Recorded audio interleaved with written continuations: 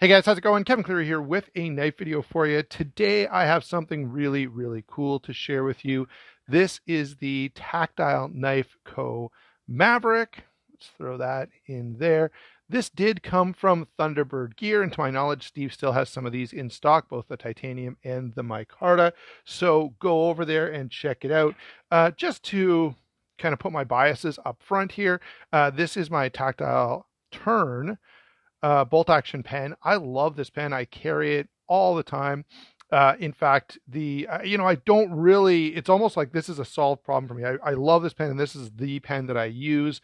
The only other sort of EDC pen that I like is the same one, but in Zerk. I just can't justify the cost at this point. Anyway, let me get this out of the way and talk about the knife. We've had the Rockwall on the channel a while back. It also came from Steve over at Thunderbird Gear.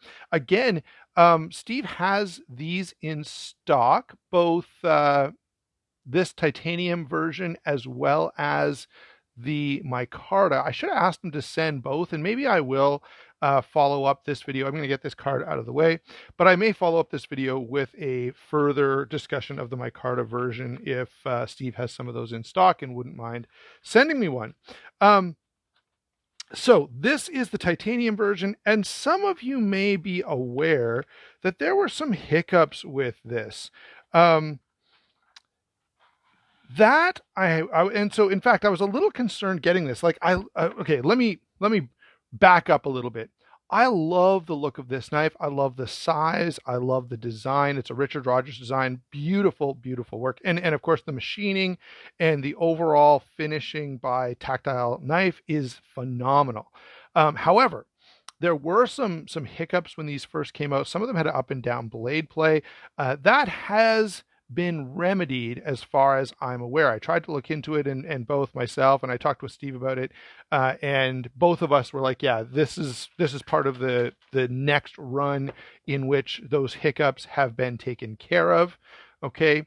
And so for that reason, I was a little more, when we had this conversation when it was in the mail on the way to me. And so, you know how it is as a reviewer, you're like, oh, if I get this and it's really bad, it's not going to be good. And anyway, so I was a little nervous, but as we talked, I kind of was like, okay, no, I think this one's going to be fine. And it is, it's actually very good. Now I have touched this up, just adjusted the pivot and put a little lubrication on it, and that has helped. I'm all out of normally what I do when I get a new knife, or even a new knife to look at.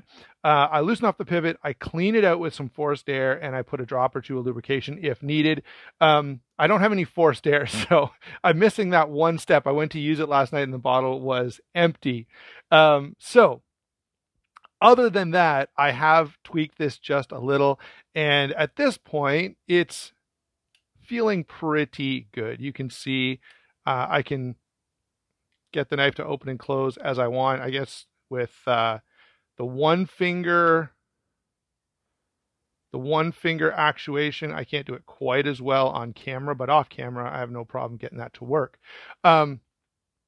So just wanted to give you that little tidbit of what I've done with this knife already, in case yours out of box isn't exactly the same. Furthermore, this is a phosphor bronze washer knife, and all of us who've had, Benchmade Griptilians for years and Para 2s for years and many other knives that ride on phosphor bronze washers, we all know they break in over time. And so I fully anticipate that, this knife in 6 months is going to be considerably better even than it is now. And, they usually settle in after about 6 months of fidgeting to a really nice level, and that's what I would anticipate for these. All right, let me quickly run through the specs on this before I've already digressed a couple of times. I guess I'm gonna have to digress one more time. Everyone always asks, if you wear a band-aid on camera, people are gonna ask.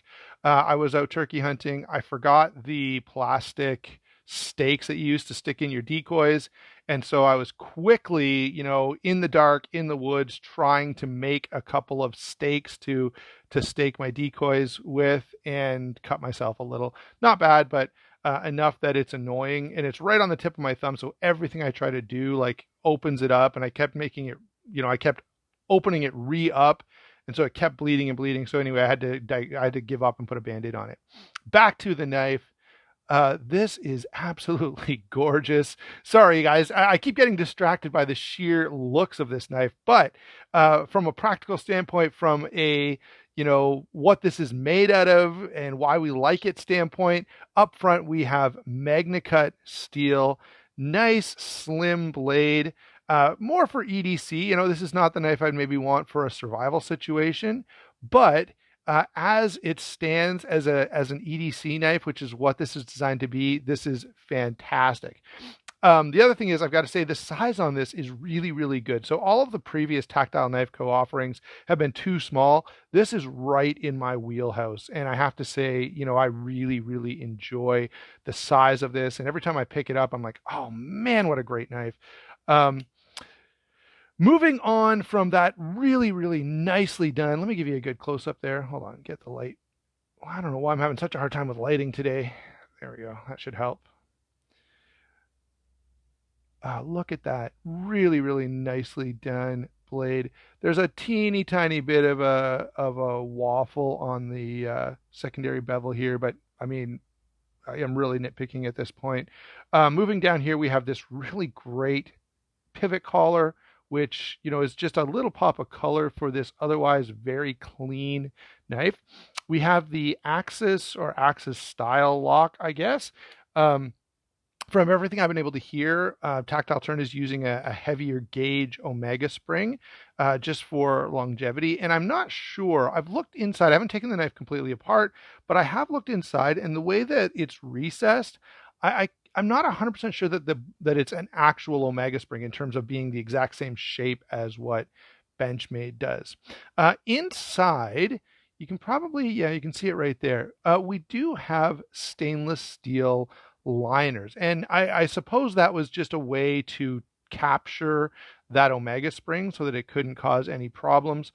Would have been nice to see this in full tie, but as it stands, the stainless steel liners are fine. Really great clean finishing from Tactile Knife Co., which of course we would expect to see. They really tend to do a great job of that. If you look in the spine here, you can see, I don't know if I'm going to be able to show it. I've got a flashlight. Yeah. Sorry guys, I'm going to grab a flashlight and turn it down to a low setting so I'm not blinding everybody. Come on.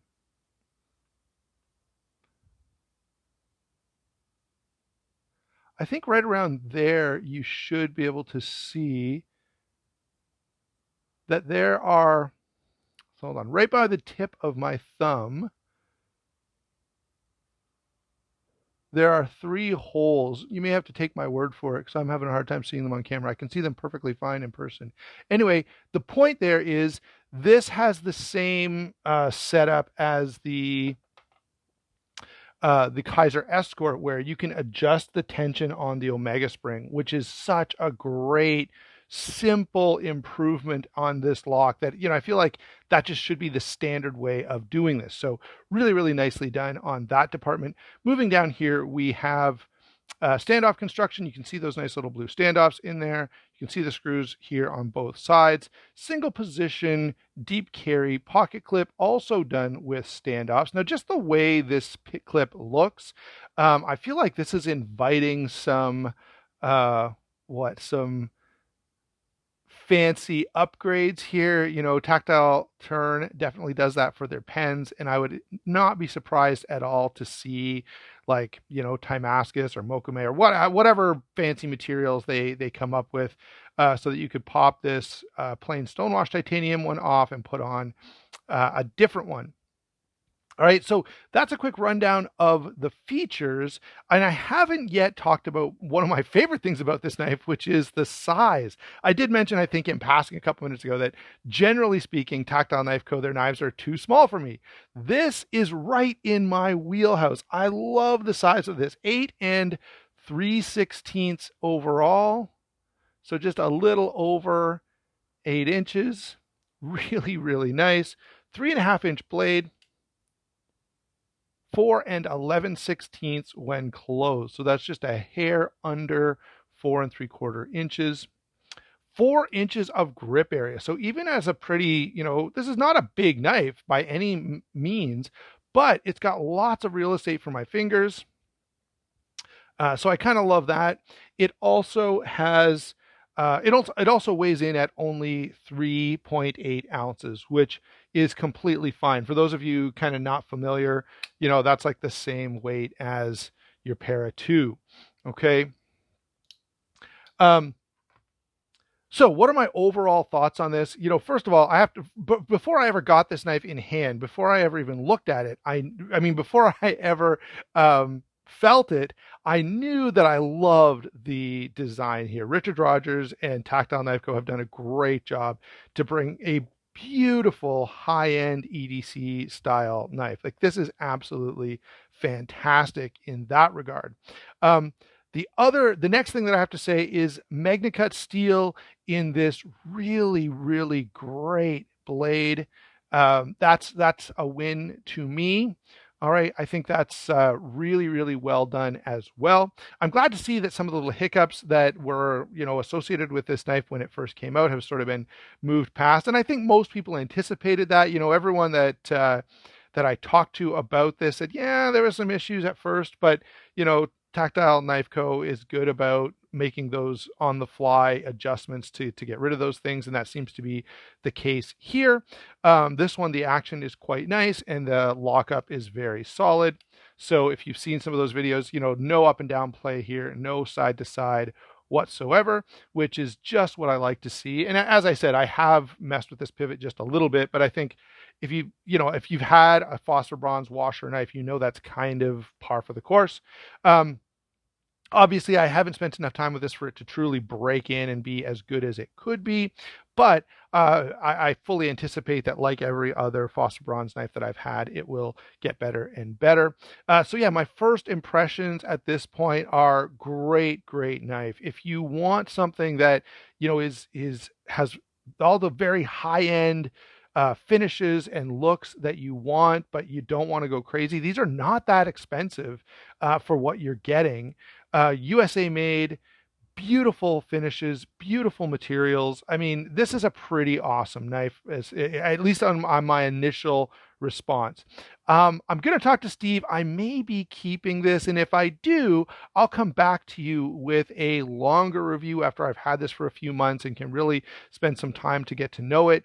As it stands right now, I am pretty stinking impressed, and I don't really see that changing. But as I say, I always like to spend a little more time and come back with a more full discussion. Thanks a lot for watching. Don't forget to like and subscribe. Don't forget to check out Thunderbird Gear.